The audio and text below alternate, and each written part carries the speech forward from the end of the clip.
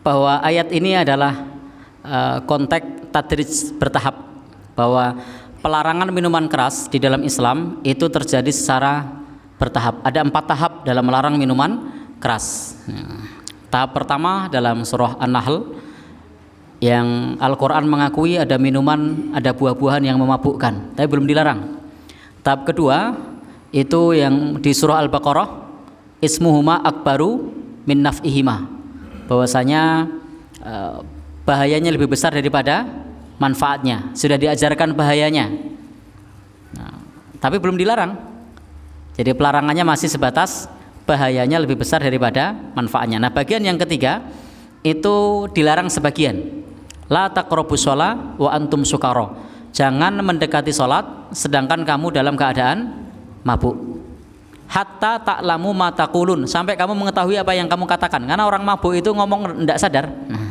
Ora sadar apa sik diomongke. Sehingga ayat ini bukan berarti membolehkan untuk mabuk kalau sedang tidak sholat. Karena bisa jadi nanti ayat ini dipahami dengan pemahaman mafhum mukhalafah. Pemahaman mafhum mukhalafah tidak berlaku untuk ayat ini. Jadi ini bukan berarti bolehnya minum minuman keras kalau sedang tidak sholat, bukan.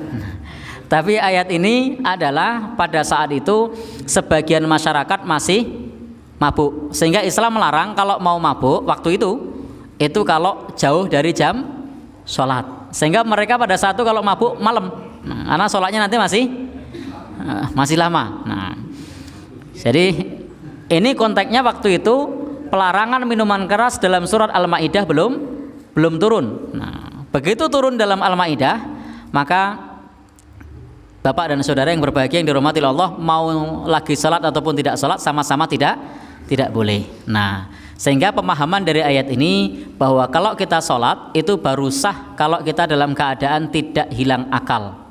Nah, jadi kalau kita hilang akal, tidak menyadari apa yang diucapkan, maka sholatnya belum sah. Jadi kalau kita mau sholat, maka akalnya harus sempurna. Sholat kok saya dilewer itu ya. Jadi tidak ngerti, berarti masih satrul akal. Jadi akalnya masih tertutup. Maka kalau Bapak Ibu pernah belajar fikih sholat, salah satu syarat sahnya itu adalah berakal. Nah, kalau pada saat minum minuman keras berarti tidak berakal. Maka dikatakan hatta, tanda berakal waktu itu yang dijelaskan dalam Al-Quran yang mudah dikenali. Jadi Islam itu simpel, mudah. Kalau kita sudah memahami apa yang diucapkan. Nah, dan orang pun juga ngelihat ini ngomongnya sih. Nah,